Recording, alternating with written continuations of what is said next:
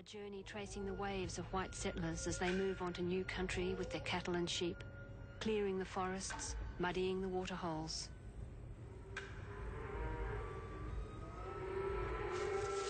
When Aborigines raid their flocks, the retribution is brutal. They of course, were starving then. And they might have taken... probably took sheep and cattle. That was the customary thing. They were hungry. The sheep had eaten out their pastures and they were no longer getting their own food.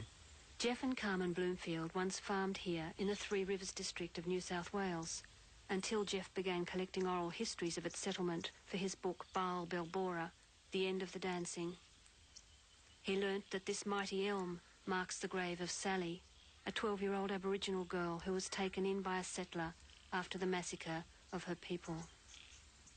Is that massacre story generally known about and talked about here? It was known about here. It wouldn't have been known wider than here until I wrote it up, I don't think. But it was known certainly about here. There were 7 or 8 or 9 people who could all talk about it, you know, and they'd bring it up.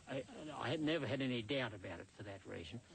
And also it was confirmed. I knew 2 old Aboriginals very well in Armidale, 2 very fine men who both died now, but they knew all about it straight away, you know. They knew all the massacres. And one wouldn't talk about them because he didn't think it was a Christian thing to do. But if I showed him what I'd written down, he'd say, no, you've got that wrong, or just you want all of that a bit or something, you know. And the other old chap, you couldn't stop him talking.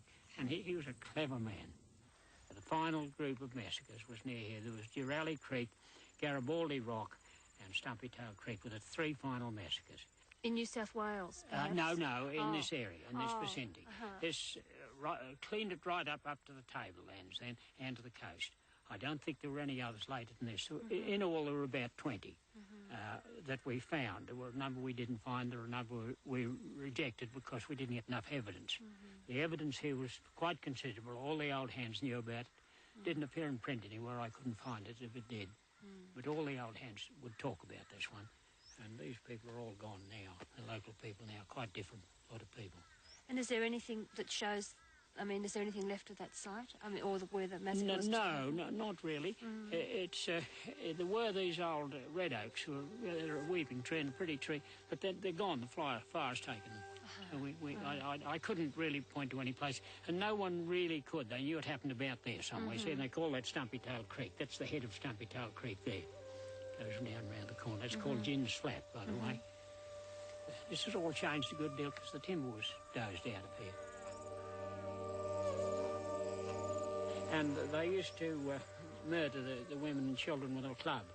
They didn't waste ammunition on them. But of course, these massacres, there were too numerous, the bodies, and they just lay about in the ground until they rotted into the ground. They got covered up by flood and rain, and the skulls usually lasted longer.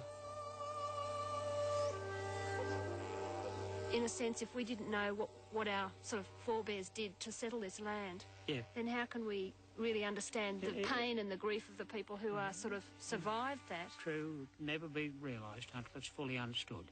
And goodness knows whether it ever will be. The schools, it's up to them to do this, and the schools generally do their best, but they like politicians, they have to contend with what the local people think and feel.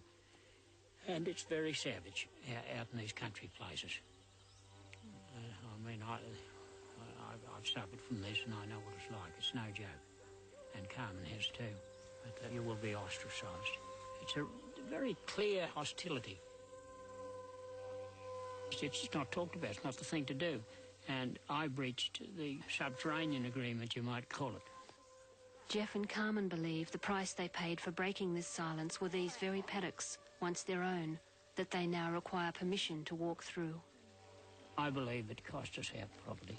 I had this trouble with my legs and I had to put 2 people on to run the place, and the police described them as clever crooks, and they were indeed.